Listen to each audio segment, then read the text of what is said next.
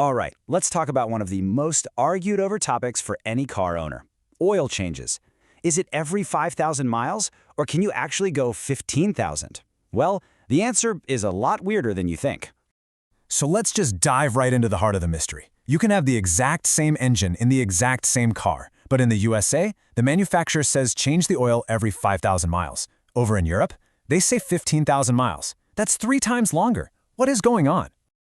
You start to wonder, right? Do they have some kind of secret magic oil over there? Are their engines made of better stuff? Or is it something else entirely?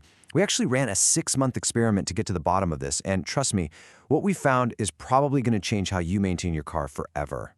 So here's the secret. It was never really about the engine itself. It all comes down to regulations, marketing, and, you guessed it, legal protection.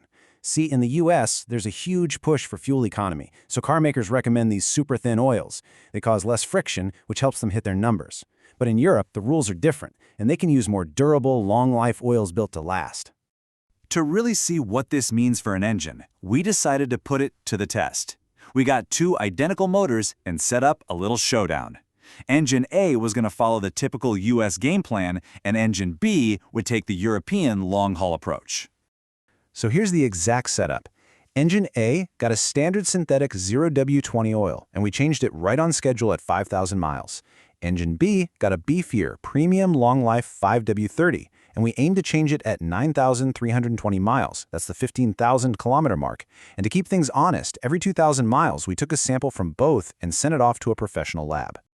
Okay, so at the first check-in, 2,000 miles in, everything looked totally normal. The lab results for both engines were pretty much identical, both perfectly healthy. We saw about 1% fuel dilution. That's just a little bit of unburned gas mixing with oil, which is completely fine. So far, so good. Now, at 5,000 miles, Engine A got its fresh oil, so its numbers reset, looking clean as a whistle. Engine B, though, was still on its first batch of oil, and you can see its fuel dilution had crept up to 2.1%.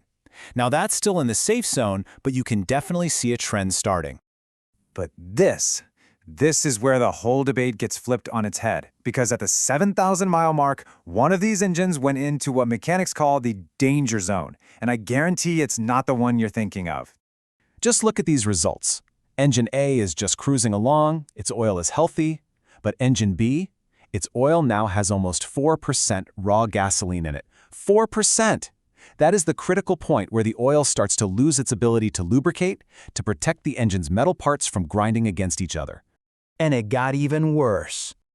By the time Engine B finally hit its scheduled oil change, that number had jumped to a shocking 5.2%. So why is a little bit of gas in your oil such a huge deal? Well, because it's basically an invisible killer for your engine. This stuff, fuel dilution, is the silent enemy of pretty much all modern engines. It's raw fuel that sneaks past the piston rings and drips down into your oil. And when it gets there, it starts to thin the oil out, basically washing away its protective qualities. It kicks off this whole chain reaction of bad news. The fuel contaminates the oil gets thinner, and that protective film between all the fast-moving metal parts just breaks down. And then you get metal grinding on metal, causing way more wear and tear than there should be. And here's the most important part of this whole thing. The biggest factor that determines how fast this happens isn't the oil, it isn't the brand of your car, it's you. Your driving habits are the #1 thing that matters. Think about it. If you're someone who just takes short trips around town, to the grocery store and back, your engine never really gets hot enough to burn off these contaminants. You should probably be changing your oil every 3,000 to 4,000 miles. Same thing for an Uber driver, somebody stuck in city traffic all day. 5,000 miles is your absolute max. On the other hand, if you're a highway commuter, your engine is running in perfect conditions for long stretches. You can easily push it to 7,500, maybe even 10,000 miles. But the absolute worst-case scenario? A modern Turbo GDI engine that lives its whole life in the city? For that person, you absolutely have to change it around 5,000 to 6,000 miles to avoid damage. And here's the trap that's hiding in plain sight inside your car's owner's manual. It gives you 2 schedules, normal and severe. But what they define as severe is, well, it's normal life. Short trips, city traffic, hot or cold weather, all that is severe service. That means something like 90% of us should be using that shorter interval, but we see the big number for normal and just assume we're fine. So with all this stuff to think about, how in the world are you supposed to know what's right for your car and your life? Simple. You stop guessing. You stop listening to old myths, and you start measuring. And believe it or not, it only costs about this much to get the real answer. Yep, for about $35, less than a fancy car wash, you can get a professional oil analysis kit. You just take a tiny sample of your used oil, you mail it to a lab, and they send you back a full report card on your engine's health. And here's the best part. You really only have to do this once to set yourself up for success. Just follow this method. The next time your car's oil life monitor says it's at 50%, take a sample and send it in. The lab report will tell you the real story. If the oil's still in great shape, you know your car's monitor is conservative and you can go longer.